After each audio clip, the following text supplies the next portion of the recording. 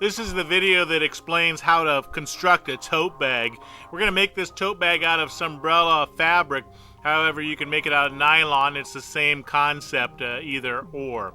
Here's what it looks like finished. Let's get started.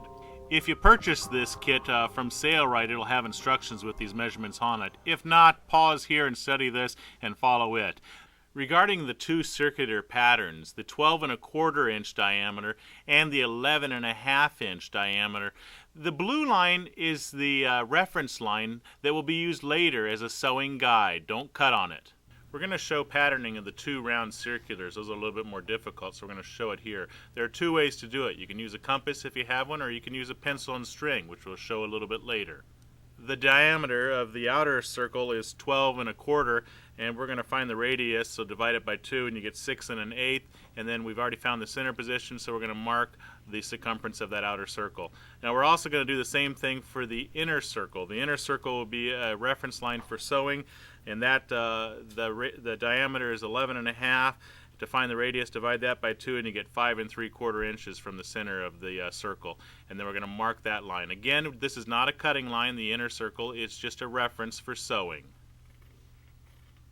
Now cut out all those patterns according to what we've shown you. Now here's the second technique into doing a round, the two round circular end pieces for the barrel part of the tote bag. You can take the material, cut it to 12¼ inches, then fold it twice. And another good thing to do is to tie a string onto a pencil and then take some masking tape and make sure that string doesn't come off, because you can fight that a lot.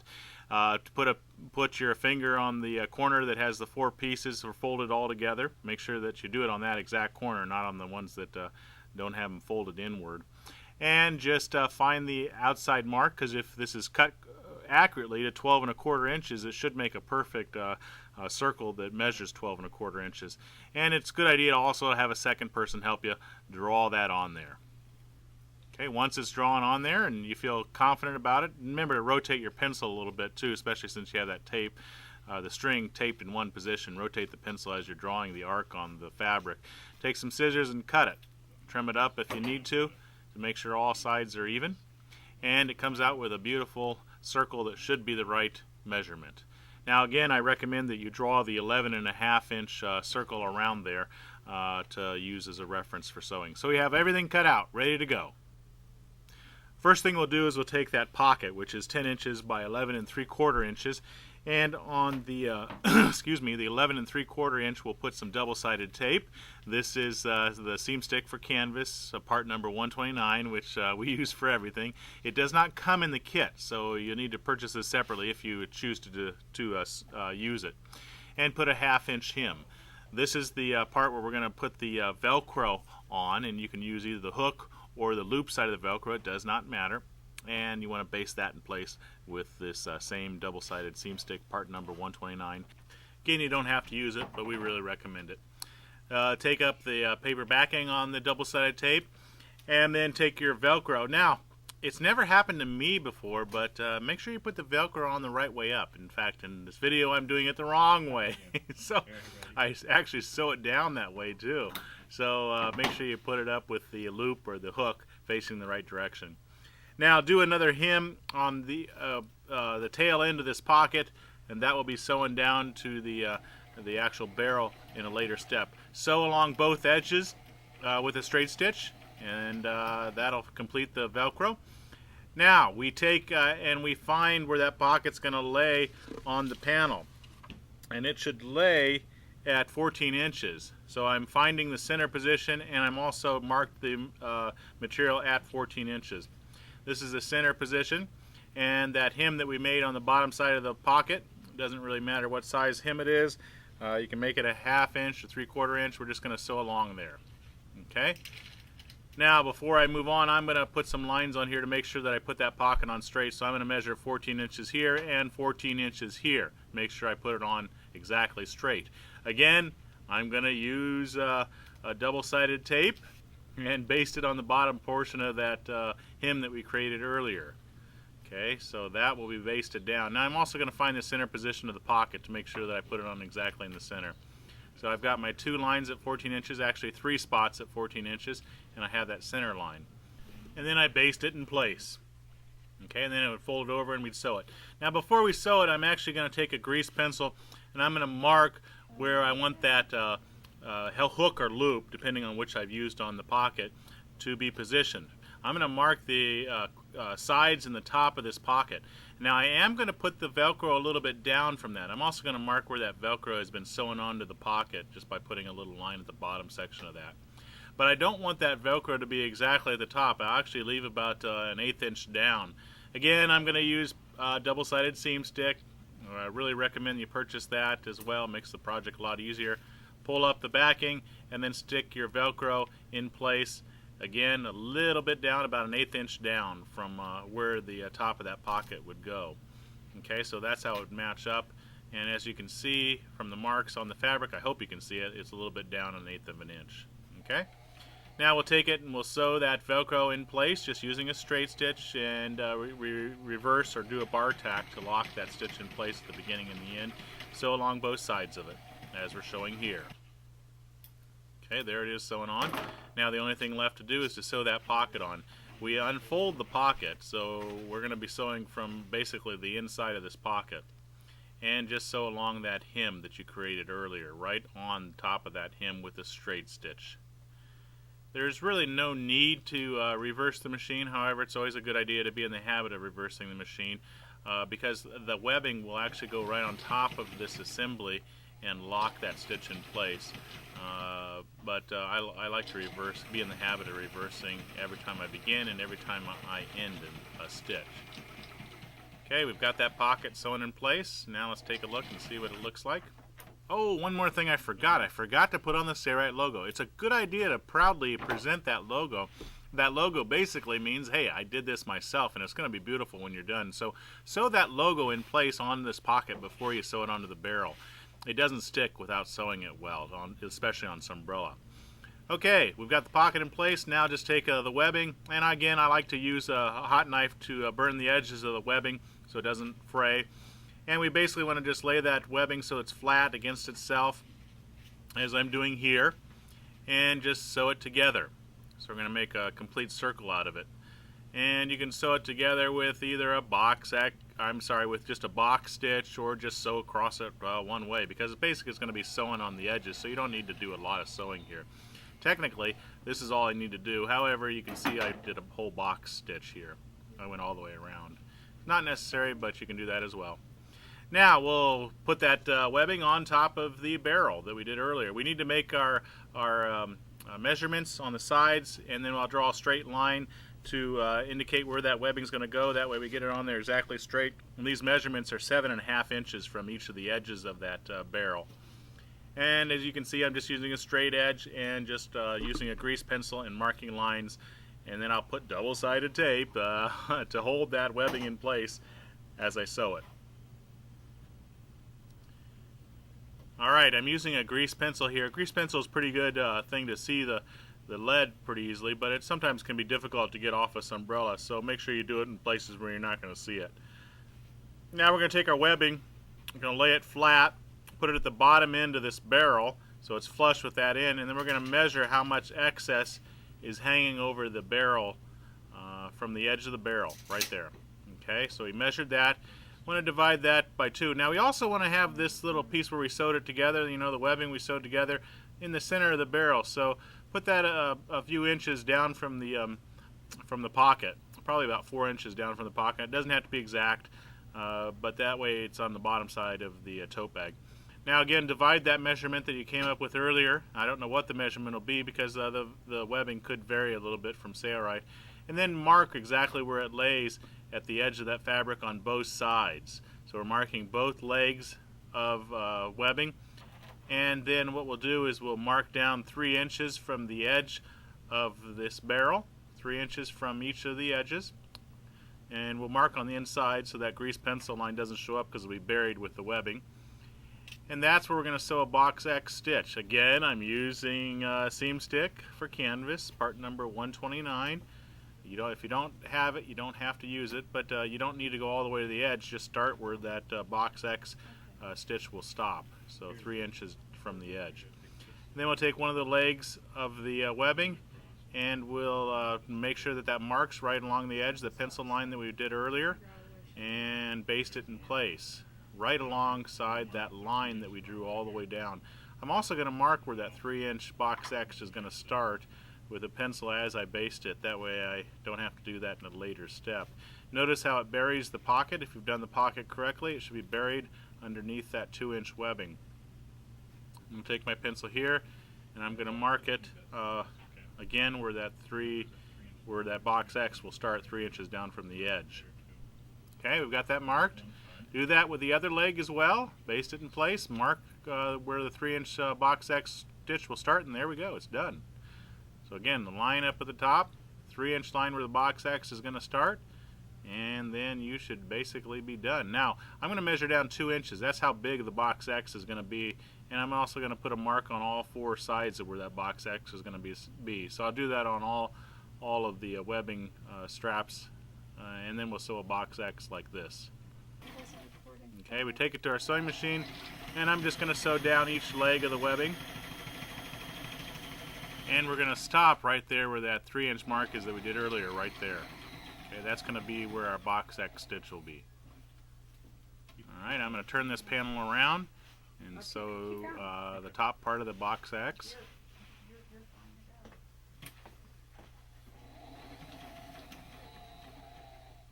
And then I'm going to sew on down the webbing.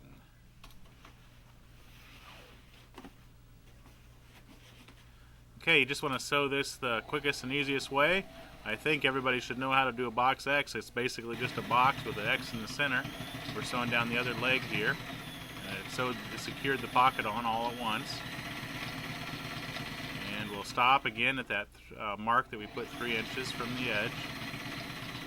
It's coming up right there. Okay.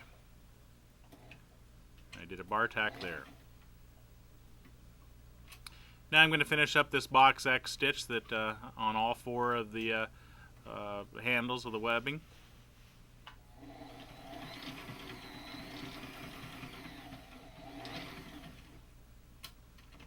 This helps hold that webbing in place. That's where most of the stress of this tote bag is going to be, is right there in that vicinity. So definitely want to reinforce it with a box X stitch. Okay. That's all there is to that. I believe I have one more leg to do, the box X, yeah, at the bottom section. And then we'll be done with it. Move on to the next step.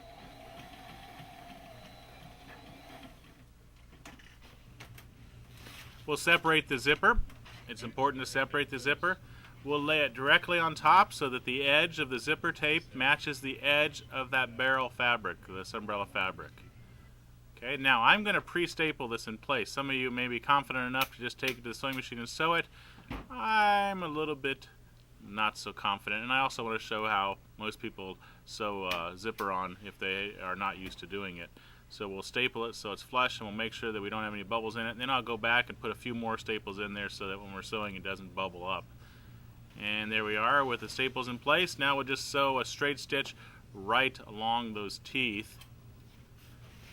Okay, so I'm sewing with the teeth to the left side of the foot, and I do not have a roping zipper foot put in, but I did move the needle closest to the teeth as I can get. And just sew all the way down that length, okay, and then move on.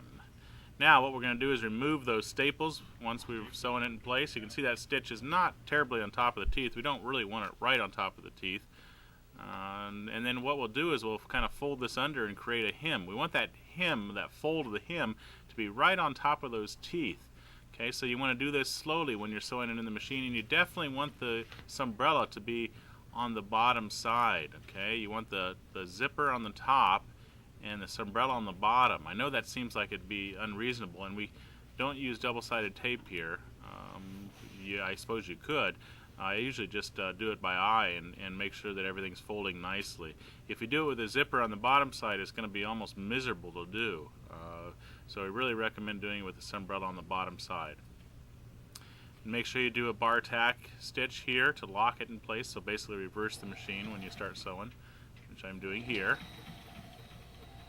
And then just sew down the length of this. Now only go a few inches stop, fold it, make sure that the fold's right at the edge of the teeth. This will create a hidden zipper, which looks really, really nice. Unless you would like a zipper that's exposed, you can do that as well. And if you want a zipper that is exposed, then you put that fold in back further, but you won't be able to see it as well. So I like to do it with that fold right along those teeth. And again, notice I'm not going real fast here, and I have not put in a roping zipper foot. I'm just sewing with that regular foot with the needle pushed all the way to the right in this situation. There we are. Do a bar tack stitch again, or lock that stitch in place, and there's what it looks like when you're finished. Looks really good. It's a great way to do a zipper. See? The teeth are flush with that fold all the way down the length. Okay, now just cut off the excess zipper. Sailrite always sends more zipper than what you need for the kits, and cut each edge flush. Now find the 2 circles that you created with the compass or with the pencil and string. We'll fold it directly in half and we'll mark where those folds are. Okay, so we're going to mark north, south, east, and west, basically. Think of it that way. Okay, we mark there. Now we'll fold it in half the other direction, and we'll mark again those where those folds are. And we're marking on the side that already has that reference line that you put on earlier, the 11.5-inch reference line. So there are your marks. Okay, now we'll take it and we'll take some scissors and we'll cut some relief notches into it, about every inch or so. Now we don't want these relief notches to go too far into the barrel, so make sure they're definitely well within that 11.5-inch reference line. Okay, and then we'll take the barrel of the tote bag and we'll put marks on it. Again, fold it in half. We don't have to put a mark where the zipper is because we know obviously where that mark would be. We'll fold it in half, and then we'll fold it in half again and put marks on that the 2 pieces on that side as well. So we have a mark on north, east, west, and south again on both sides of the barrel. We want to do this on both the circular pieces and on both sides of the barrel. Notice I'm marking one piece of fabric, then I open it up and mark the other piece of fabric. So you have to get both of them here. And it's sometimes a good idea to mark both the inside and the outside. Here I'm marking the outside too. Marking it there, making sure that I can see it. Let's get a little close-up. I didn't put much of a mark there, but that's all you need with a pencil or a grease pencil. Doesn't really matter. You're not going to see these. This is going to be on the inside of the tote bag when you're done. Now put that slider on. Make sure that the polar is facing out. You don't want that polar to be backwards, otherwise it'll be a real waste and you have to cut the zipper away and redo it again. Should be put on there so that the barrel is even on the edges. Alright, you could also turn this assembly inside out and put that slider on with the polar facing the opposite direction instead of doing what I'm doing here, turning it inside out when I've got it all zipped up.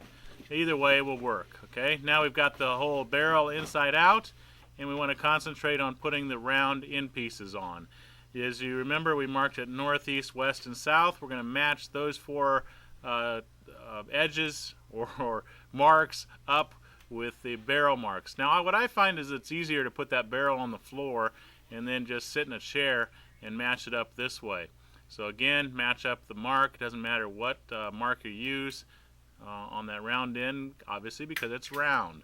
Now you've got to be very careful here. The reason we put 4 marks on the barrel is if you don't have the barrel cut exactly right, or if you haven't done something to our specs, then you'll find that you can work out discrepancies a lot easier amongst the entire circumference of the barrel rather than stapling from one side and then get all the way to the end and find you have a few discrepancies there. We like to distribute any discrepancies in our measuring along 4 points, and that's what we do by matching up 4 sides first. And again, in our instructions, I think we say pin. I always like stapling, and I try to match up the edges and then staple as close to that a reference line that we're going to be sewing a little bit later. If you staple or pin too far from that reference line, you'll find that there'll be wrinkles or puckers in the fabric when you're taking it to the sewing machine and sewing. We're going to get a close-up here in a minute to show you exactly what I'm doing, but I have all 4 of those northeast, west, and south stapled with a stapler. Now I'm going to start working around the entire circumference of that circle, stapling as close to that reference line as I can. I don't want to staple on top of the reference line because then I'd be sewing through the staple, which I could do, but there's no reason to make your job more difficult than it already is. So we're just stapling close to it. Now let's get a close-up. Alright, here's what it looks like when we're doing it close up, and as you can tell, I'm trying to match up those edges as best as possible to the barrel. Over here it's not done yet, so I'm going to take that stapler, I'm going to pull that edge up, and then as you can see, this barrel doesn't have many discrepancies in it, so we've actually done a very good job of measuring that round circular piece, and we've done a very good job of using the fabric that was allotted in the instructions. So I don't have to work out many discrepancies. If I did, then I would just kind of bubble it up and bubble it at small intersections as I'm stapling it together. But let's hope you don't have to do that. Just keep stapling all around the perimeter. Now I'm going to also come back and put more staples in this assembly. If you are not used to doing round circles, you want to staple the heck out of it. It really makes a big difference when you're sewing this assembly together. Now I like to put in a 6-inch strip of a 1/2 inch webbing, and again I burnt the edges with a hot knife here, and you want to put the fold in between the 2 layers of Sunbrella. So in other words, between the circle and between the Sunbrella that we sewed onto the zipper. And I want to offset those 2 pieces a little bit of webbing. Okay, this will create a great place to use a strap. I can't offset it because there's a staple in the way, so I'll pull that staple and then push that webbing over so that I don't have to sew through the webbing, the Sunbrella, and the teeth at the same time. I'll actually sew through the webbing, then I'll sew through the Sunbrella and the teeth, then I'll sew through the webbing and without having to do it all at once. It's a little bit too bulky for a lot of machines. And then I'll take a stapler and just staple that in place. Okay. When we turn inside out, it'll make a perfect spot for a strap to be applied later. The strap is not included with the kit. Okay, take it to our sewing machine and do a straight stitch. Make your stitch about 6 millimeters in length. Make sure you reverse it at the beginning of your stitch and at the end of your stitch. Bar tack is what it's called. And follow that reference line that you drew on earlier. Okay, so you can see that reference line, and we're just sewing right on top of it. I have a lot of staples in here so that I know that assembly is not going to pucker up when I'm sewing it. It's going to come out beautiful. And I've got relief notches or relief cuts put in that top barrel, and you can tell that that's making it come out very, very nice as well. Now when we get to the zipper, you want in the webbing, you can see we've stapled the webbing in place and we've stapled the zipper. I'll get to the webbing and I'll do a reverse right here. Okay, because that webbing will have a lot of force on it, especially if you use a strap on it. And you notice I'm also going through the teeth here as well. And I really like to do that without using the power. I like to use the balance wheel by hand, because if the needle lands directly on top of one of those teeth, you could smack it and break it. So walk through the teeth if possible. The Ultra Feeds have a lot of power. You can see that one of those teeth I did actually use power to go through. And here's what it looks like when it's done. It looks great. Okay, you want to do that on both sides of this enclosure. Now I'm also going to show you that you can, I like to go over that webbing again, so I'm going to put it back in the sewing machine and I'm going to reverse again, because this is going to be the point, what I've seen on the bags is this is usually where it'll break, right there where the webbing is. At least your stitch will come out. So I'm going to do another few stitches on top of that webbing. Now I should do it to the other side as well, but I'm just stopping there for time considerations. And I'm going to pull out all those staples. Don't forget to pull the staples out, otherwise you'll find them rusting. Okay, when you're done, turn the bag right side out. And let's see what we get.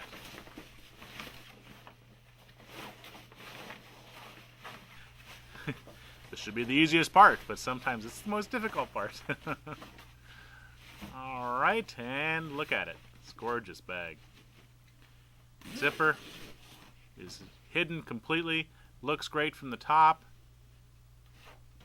Here it is stuffed with some newspaper, and there's our Velcro pocket, and with the logo put on, which I forgot to show. You should sew that on, and that's it. I hope you enjoy this video, and I hope you enjoy making the tote bag. It's a lot of fun. It's a great project if you've never sewn before. This is a good thing to get when you buy a sewing machine. A tote bag is fun to make, and a lot of principles are covered. Thanks again for watching. I'm Eric Grant.